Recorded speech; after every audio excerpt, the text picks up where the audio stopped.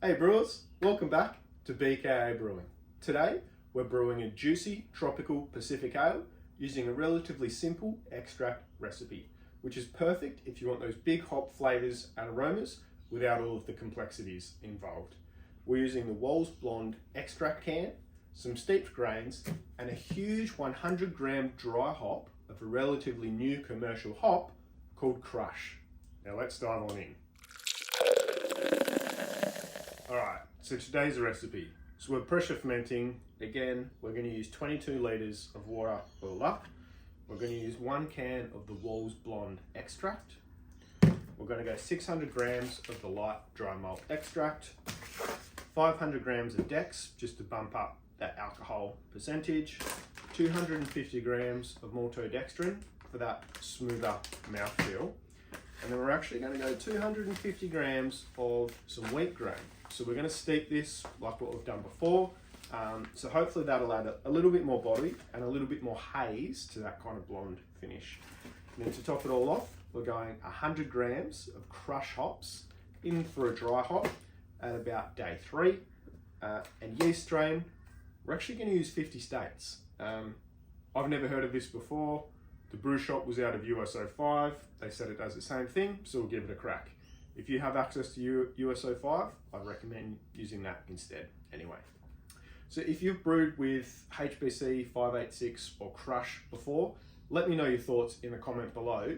It's a beast of a hop and it has some amazing flavors and characteristics. I get citrus, so your oranges. I also get tropical, so your mango and guavas, your berry flavors, and then occasionally that woody kind of flavor and smell in the end as well. All right, let's get cracking. All right, so first what we're going to do is we're going to steep our wheat grains in about 2 to 3 litres of water. The water is already in this pot. It's already at 68 degrees. Now this is going to add body, it's going to add mouthfeel, and then ultimately a light haze to that finished beer as well. So just going to dunk all the grains in there just to make sure that we have enough water coverage over all the grains so then they can steep effectively. All right, so we'll set that to the side for 30 minutes now. All right, while we're waiting for the grains to steep, our Wals Blonde extract can has been sitting in some warm water to hopefully loosen that liquid up inside a little bit. This actually has a pull tab at the top, so don't need to worry about the tin opener. So I'll just pull that back. I've also put 3 litres of water in the bottom of the fermenter already, so we'll just pour that straight in there. It's now been 30 minutes, so the steeped grains are finished, and you can see how nice and murky that water is there at the moment.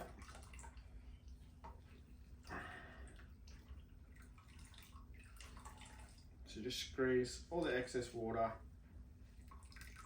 out of those grains. Now just remember it's not too hot because it's only probably about 60 degrees now that it's been sitting there. Alright, we'll just put those off to the side.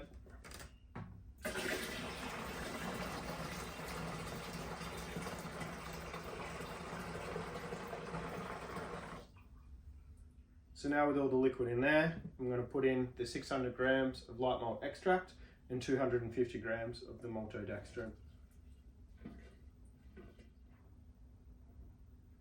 Pour in the 500 grams of Dextrose as well.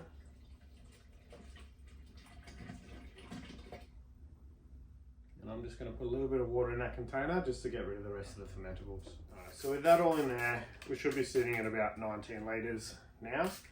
Because the liquid is nice and warm, it's going to be perfect for mixing in all of the fermentables to make sure that they're dissolving correctly. So we'll start to give this a nice big stir. So once this is all mixed in, I'll top it up to 22 litres. And then we'll go with the rest of the process from there. Alright, so now we're topped up to 22 litres. We're sitting within our pitching temp range of about 18 to 20. So we're probably sitting at about 19 degrees. So we'll take the spoon out, sanitize our little hydrometer, and drop it straight in the brew there.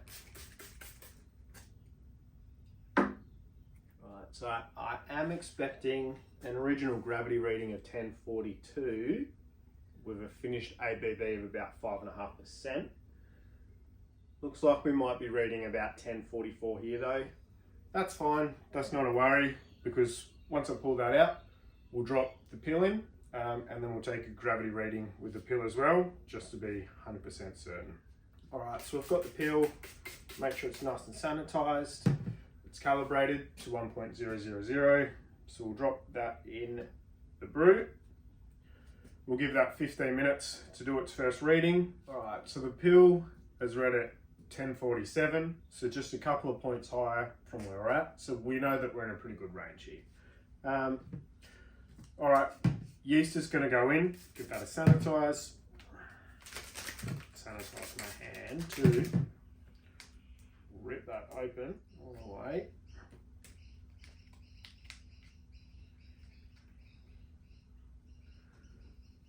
And we'll just sprinkle all of that in there like so. I'm going to ferment at 25 degrees at about 10 psi. So I'll have it sitting there for 4 days. I'll bump it up to 27 for 2 to 3 days, and then I'll cold crush for about a week.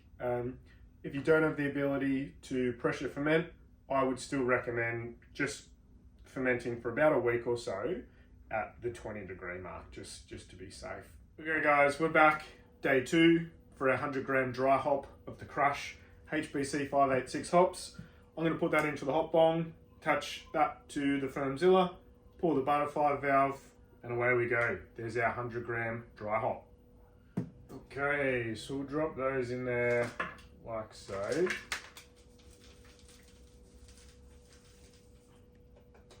Alright, hops are in the Fermzilla.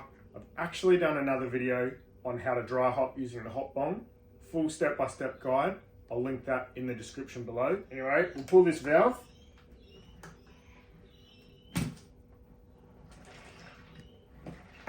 And away we go. All that 100 gram juicy dry hop straight in the Fermzilla. So fermentation went according to plan. I didn't have any issues or hiccups or anything like that. Probably the only thing that I wasn't expecting was I didn't have any empty kegs available once the cold crush was finished. So I actually kept it cold in the fermenter for 2 weeks. That shouldn't negatively impact the beer at all. It actually should add a little bit more clarity, I'm hoping, but we'll soon find out anyway. I'm actually calling this Tropical Pale Ale my Blonde Krush. Now the starting gravity was 1.047. The final gravity was 1.007, giving me an ABV of about 5.25%. We can see a nice light golden color with a slight haze from the wheat grain. Now that's actually exactly what I was going for color-wise. The head, it's actually looking pretty decent. I'm putting this down to the wheat grain, which is clearly helping here with the foam stability. All right, we'll go for the aroma. Oh, wow, aroma-wise, that Krush just hits you in the face straight away. Like, you're really getting that, just that punch right in the face. There's a lot of mango in that, a little bit of berry, and some citrus in there too. Oh, that's just like a fruit cocktail in a beer, basically. That smells amazing. Oh,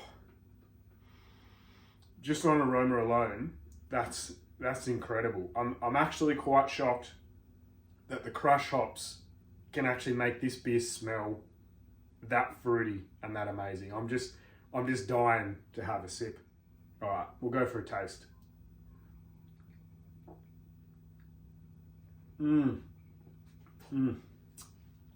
That is super juicy, super flavoursome. Oh, wow, I just want to have another one.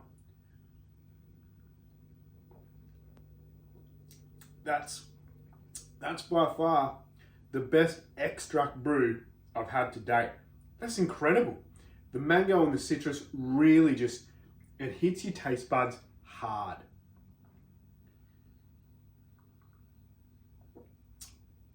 I actually can't express enough through the camera how intense that flavor is. I just want to keep going back for more. Sip after sip after sip. The citrus flavor profile, it's quite different to Eastern Galaxy and Citra hops. Like there is a lot going on in that beer. I just want to keep talking about the taste and the flavor over and over and over again. But anyhow, the bitterness, it's quite mild due to no extra additions by myself, just the bitterness that came in the extract can. Malt and body-wise, perfectly balanced, provides a nice, smooth mouthfeel. My verdict, I'm thoroughly impressed. An extremely easy to make brew with big, prominent hop character and drinkability. This crush hop, right now, it's definitely my favorite hop, and I can't wait to see what other combinations I can pair this with. Straight off the top, I'm thinking more fruit salad, fruit cocktail, whatever you can get in a beer. I'm thinking Galaxy, Citra, Centennial, Amarillo, maybe even Eclipse. It might go well with the orange taste there. Let me know in the comments below if you've used Krush HBC 586 before and what your experiences are with it. Because mine are just, I can't believe it. I've never tasted anything like this. This is simply fantastic. Now, if you've enjoyed following this recipe and this tasting, please be sure to hit that like button for the video and subscribe to the channel for future homebrewing content. Cheers and happy brewing, guys.